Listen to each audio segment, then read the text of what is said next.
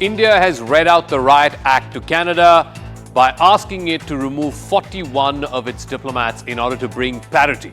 Now, those diplomats left last week, but Canada insists that India violated the Vienna Convention, that India was being incredibly difficult. In response, Foreign Minister S Jaishankar has said that the reason why these diplomats were sent back was because India had information of their interference in India's internal affairs. And some of this stuff, he said, will come out in the next few days. He also added that India is open to considering restoring visas for Canadians which had been halted in light of this controversy. But the Khalistani protests continue, including yesterday outside the Indian consulate in Vancouver. The question that is being asked is, why should India let Canada off the hook just yet?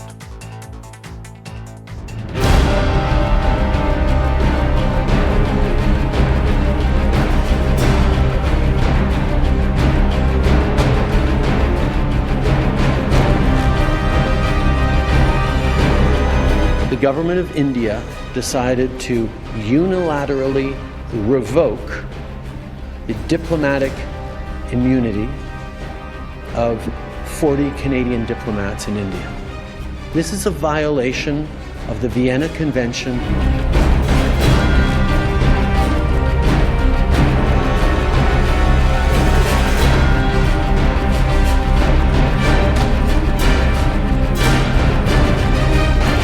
We invoked parity because we had concerns about continuous interference in our affairs by Canadian persons.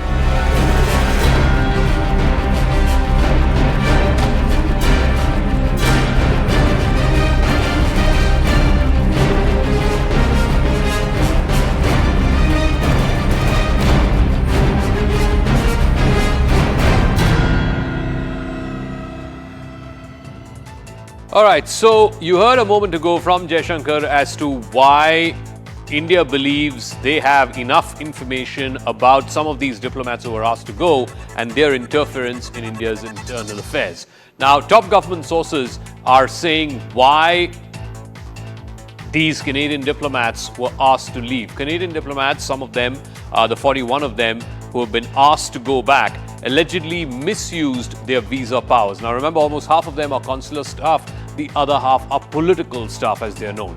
Now, visas were allegedly approved for some people who wanted to go to Canada, Khalistani elements, soft separatists, despite fully knowing their antecedents. These same people then went to Canada and carried out criminal activities there in Canada, including being part of organized criminal and drug syndicates. Visas were allegedly given to those who were supporting the Khalistani cause, despite fully knowing by these political staff and by the consular staff, fully knowing their antecedents. Canada has not helped in extraditing certain criminals. There are 19 most wanted criminals, some of whom have letters regulatory pending against them, some of them who have extradition requests pending against them, and Canada has not acted on any of them. Canada was interfering in India's internal affairs. Canadian diplomats got involved during the farmers' protest as well.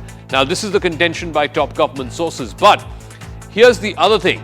Now, India believes, and there is a line of thinking within a section of government, that given the atmosphere of permissiveness, as the foreign minister called it some weeks back, that there is a case, at least one that can be built, to take Canada to the FATF, the Financial Action Task Force. India is exploring these options right now on whether or not it can make a case against Canada for this atmosphere of permissiveness that's given to separatist Indian voices. Now, India may raise this inaction by Canada, particularly when it comes to terror funding that is happening inside Canada. India says it has credible and clinching evidence to back this claim.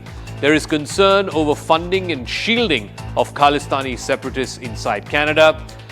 There is a nexus, Indian government sources believe, between a section of the Canadian population in the ISI, which is funding it, which is instigating a section of the diaspora. Funds to a particular family has multiplied 10 to 20 times in the last few years, is what we're given to understand. But while this may be a line of thinking in the government, if India needs to make a solid case at the Financial Action Task Force against Canada, it needs to have hard evidence of financial flows into terrorist organizations, into separatist organizations, which are being allowed on Canadian soil. But I want to first play out a series of reactions that we've been getting. Remember, this whole thing started with Justin Trudeau standing up in the Canadian Parliament a few weeks ago and saying that he believes that there are credible allegations of Indian involvement in the killing of Hardeep Singh Nijjar. India, of course, hit back, and ever since, there's been a downslide in relations. Given the much higher diplomatic presence of Canadian diplomats or diplomatic presence here in Canada and their continuing interference in our internal affairs, we have sought parity in our respective diplomatic presence. Discussions are ongoing. We would assume that there would be a reduction. As of now, I can confirm that India has formally conveyed its plan to unilaterally remove diplomatic immunities for all but 21 Canadian diplomats and dependents in Delhi. The Indian government is making it unbelievably difficult for life as usual to continue for millions of people in India and in Canada. And they're doing it by contravening a very basic principle of diplomacy. In our case, we invoked parity because we had concerns about continuous interference in our affairs by Canadian personnel. We haven't made much of that public.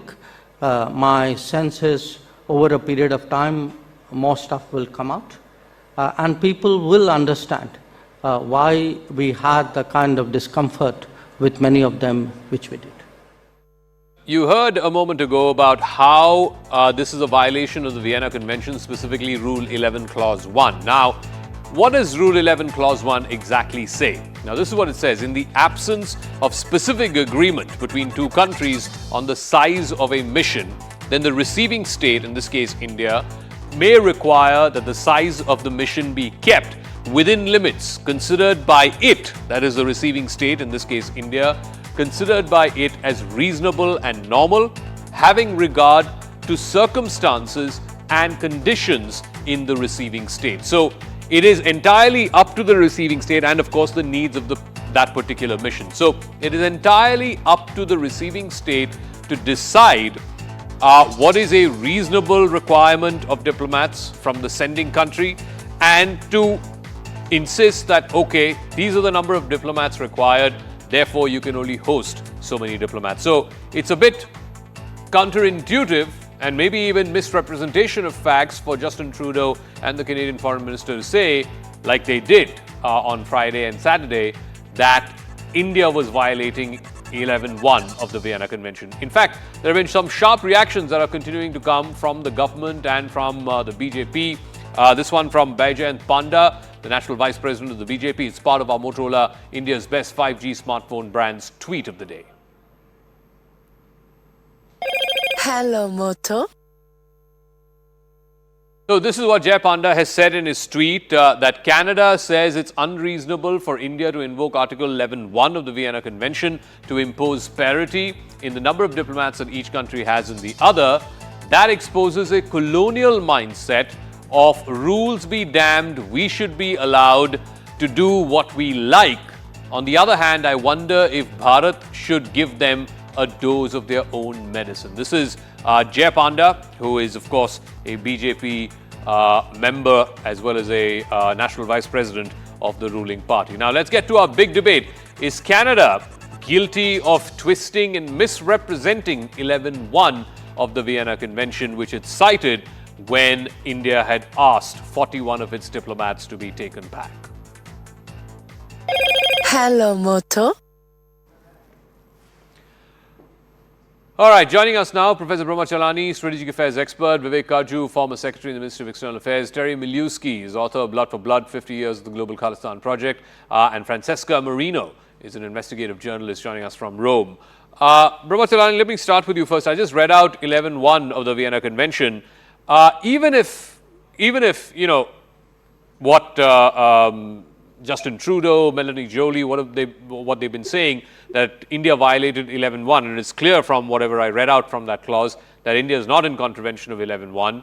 The basic principle of diplomacy is parity, it's reciprocity, right? So if India has 20 diplomats in Canada, what is wrong with asking a similar number to stay here in India?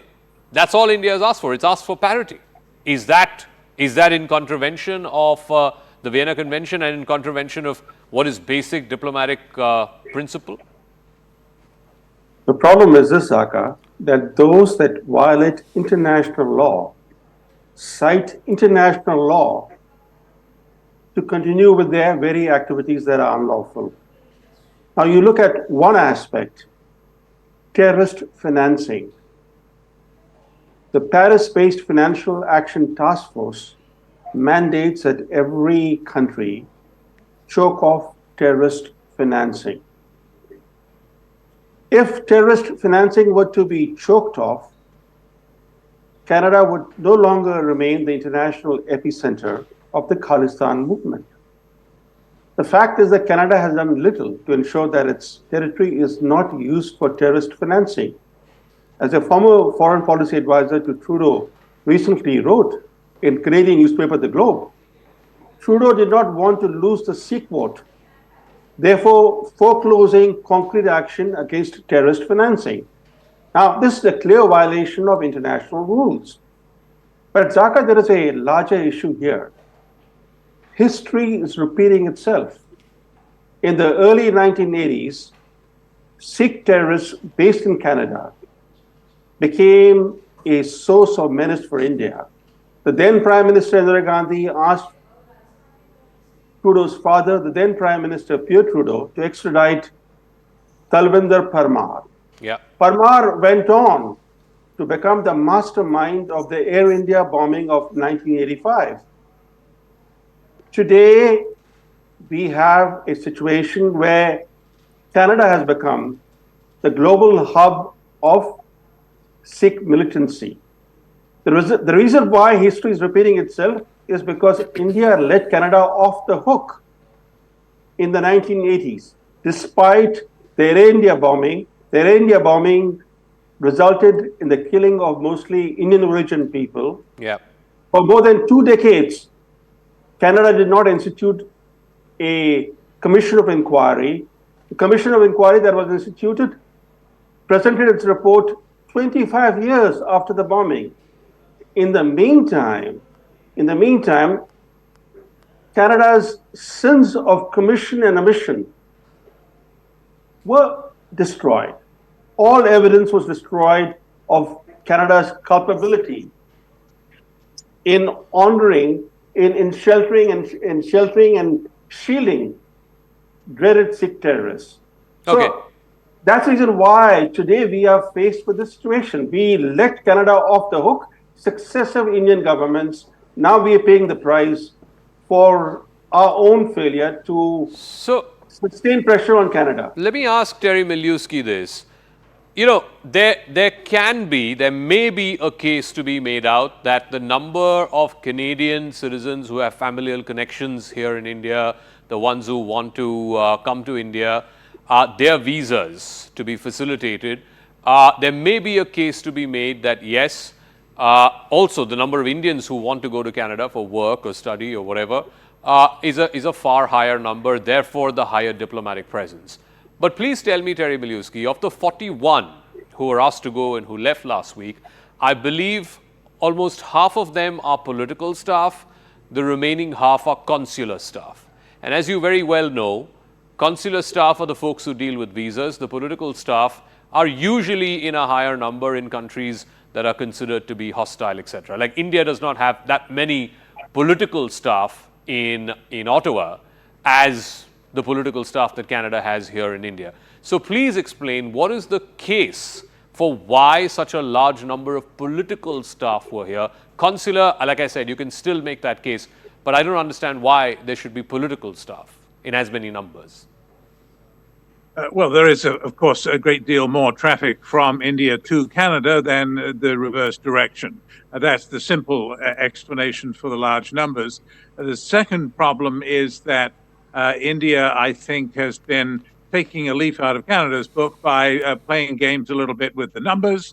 If you look at the registry in Ottawa of Indian diplomats, foreign service officers who are accredited to work in Canada, have diplomatic immunity in Canada if they were here, but they're not actually resident at the moment, you come to a number more like 60. In other words, that on paper, parity already exists.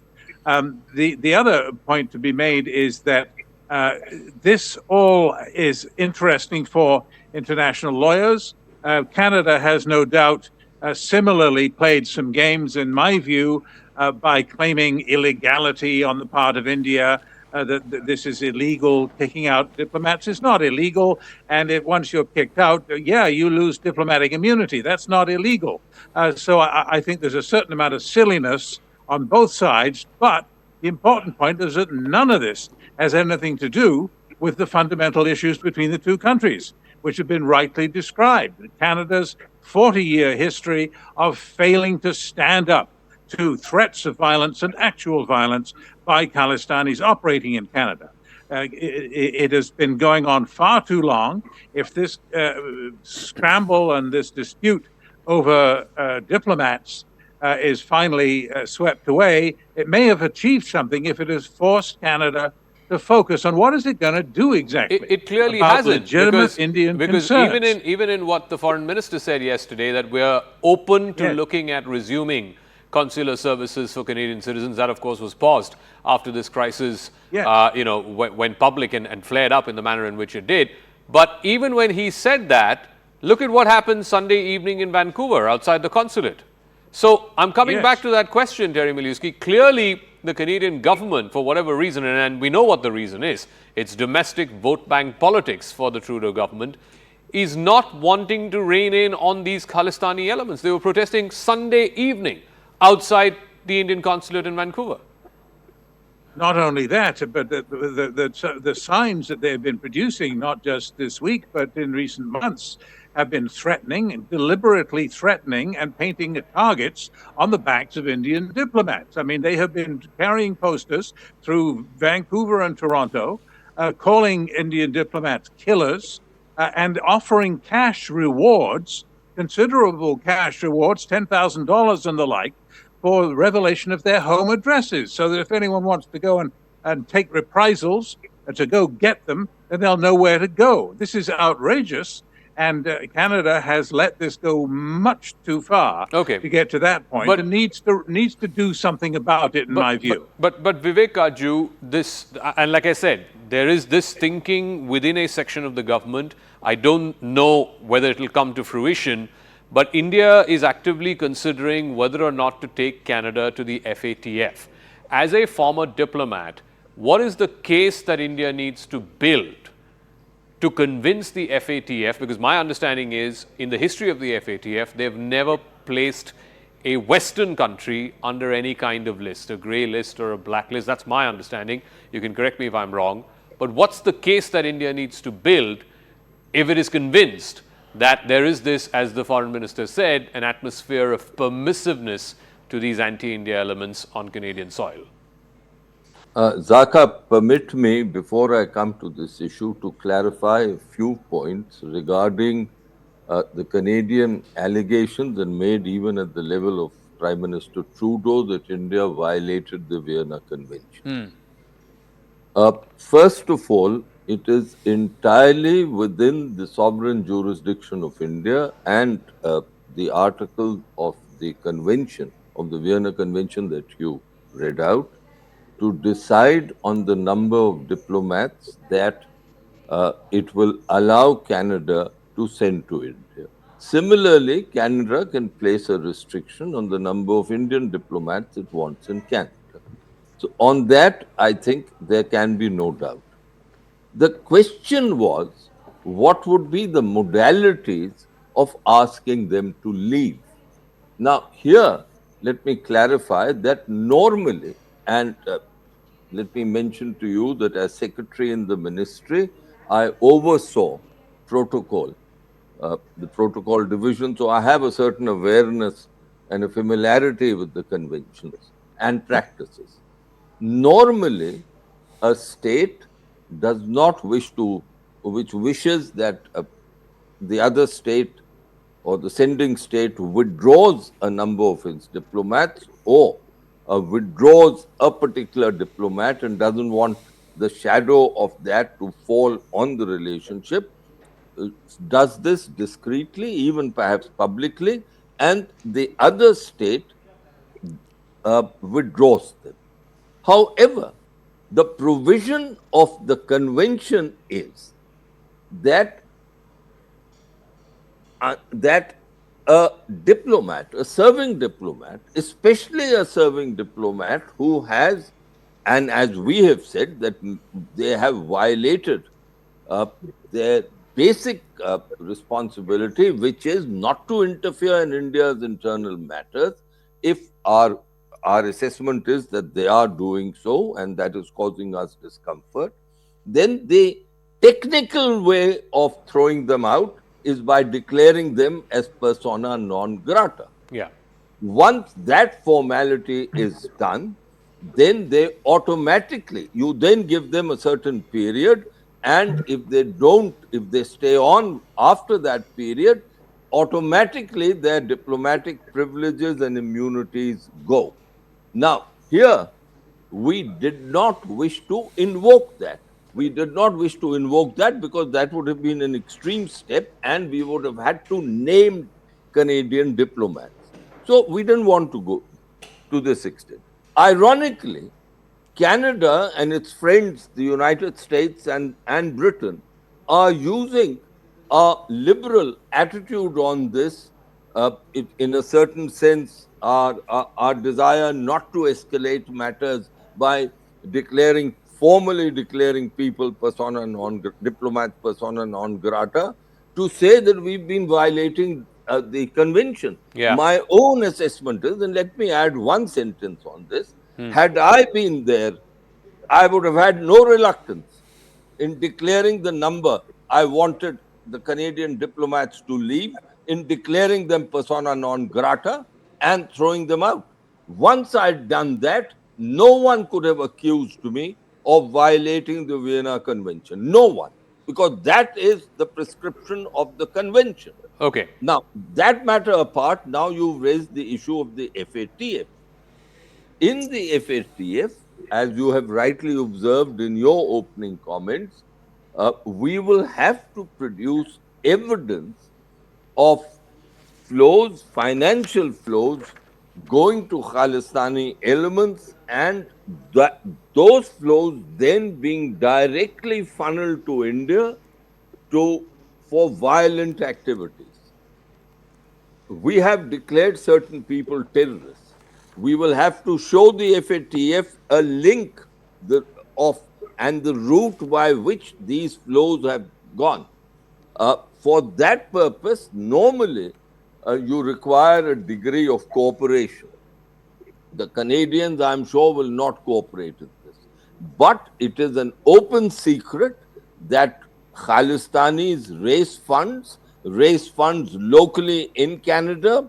Those funds are used to foment and promote and instigate terrorist activities, separatist activities in India. Okay. But I'm not quite sure whether technically we are in a position, and this is a question which our security people and our financial experts will have to examine, whether we can fulfill the conditions prescribed by the FATF to name a country and then proceed with the process.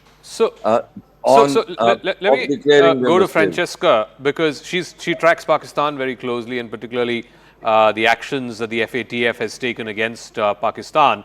I'm just looking at the list of countries that have been placed by the FATF in its grey list at various points of time. Just a sampling of this list: Yemen, Iran, Syria, Turkey, Nigeria, Uganda, Senegal, Panama, Haiti. I do not see Francesca, a single Western country that has ever been placed on the FATF grey list. So if India has to make this case, as Ambassador Kajju said a moment ago, it has to be a watertight case. India does have, I believe, a list of 19 individuals against whom there are pending either extradition requests or letters rogatory on which Canada has refused to act so far. Would that be a starting point to build a case against Canada at the FATF? It could be a starting point, but frankly, as you said, no Western country has ever been put on the grey list or leave alone the blacklist of FATF, and I don't think it will ever happen. At least given the state of facts, even Pakistan, for which there are much stronger cases, has been taken off after 2 years, less than 2 years. But the point, according to me, is not even this, is, Western countries and rule of law, something we pride in upholding, as Trudeau keeps saying here and there, upholding the rule of law. Now, in any Western court, you go in front of a judge with a case in which you are presenting only credible allegations of possible links without any proof, then tell me what the judge, good luck with the judge, because it's impossible. I mean, Trudeau is talking of breaching of Vienna Convention, breaching of the international law. They have been the first to breach it. First of all, expelling an Indian diplomat, which they say was the chief of local intelligence, Indian intelligence, naming him, something which, frankly, is unheard of in diplomacy, and especially between friendly countries. The other thing was credible allegations. This basically means no proofs.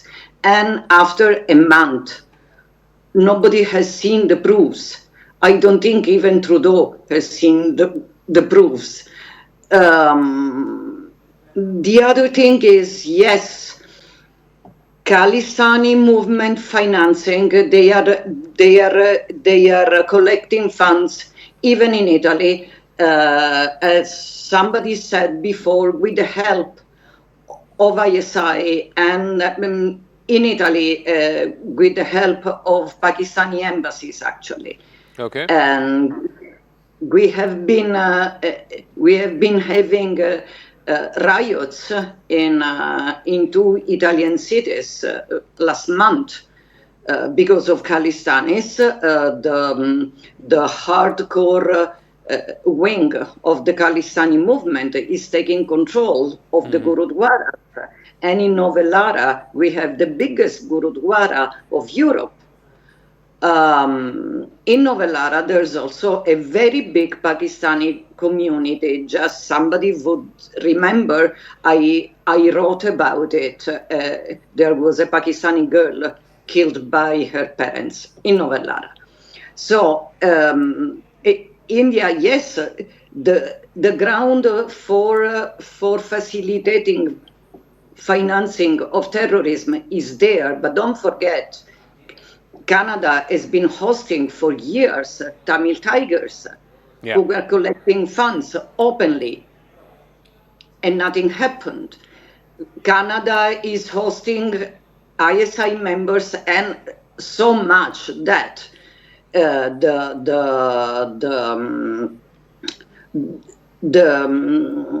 man who's asking the rest of the world to respect the rule of law did not utter a word when Karima Baluch was killed in Canada. And those were not credible allegations of possible links. Okay. That was obvious. killed by ISI. He did not say anything. They covered it up. So let me ask Brahmachalani, let me go across to that wall. So, when Trudeau went public with those allegations, with that speech in Parliament where he said there are credible allegations of Indian involvement in Niger's killing, you would imagine it's been a month and a half since then, either privately or publicly, because he chose to go publicly, he decided to escalate, there would be some semblance of evidence being put out there, either in the public domain or shared in private with Indian officials, which we haven't seen so far, Brahmachalani, for the last month and a half. So either Trudeau completely miscalculated and jumped the gun, in which case the fault is entirely his, because this whole downslide in ties began from that point. I mean, the real sort of completely going off the park situation that we have now started from that point. And two, if indeed they have this evidence, I wouldn't for the life of me believe that they wouldn't have either put this in the public domain or shared this with Indian officials, neither of which they've done. You're absolutely right. Had there been any semblance of evidence, the Trudeau government would have made it public, or at least shared it with the leader of the opposition in Canada, with the Premier of British Columbia, who have all complained that Trudeau has not shared any evidence with them. Normally, when foreign governments have accused another country of involvement in a killing, they have presented compelling forensic video or audio evidence. For example, the UAE, when it accused Mossad of murdering a Hamas commander in a Dubai hotel, presented compelling forensic and video evidence of the involvement of 11 Israeli agents. The fact is that Trudeau's own statement was full of caveats. He said, credible allegations, not credible evidence, credible allegations of the Indian government's potential link, not actual link, potential link in the killing of Niger. So from the word go, Trudeau was trying to qualify his allegation. Yeah. And he had no evidence to back his allegation. But I think there's a larger issue here. First, on the FATF. The FATF, like other international institutions, unfortunately, has experienced increasing politicization. One example was Russia's suspension from FATF. Then we have seen Pakistan being removed from the FATF grey list. But to conclude, let's not forget that even though, as Terry rightly points out, that Canada needs to start cleaning up its act, Canada and India are not adversaries but friends. We have to find ways to salvage the bilateral relationship. More bitterness and recrimination will only damage this relationship further.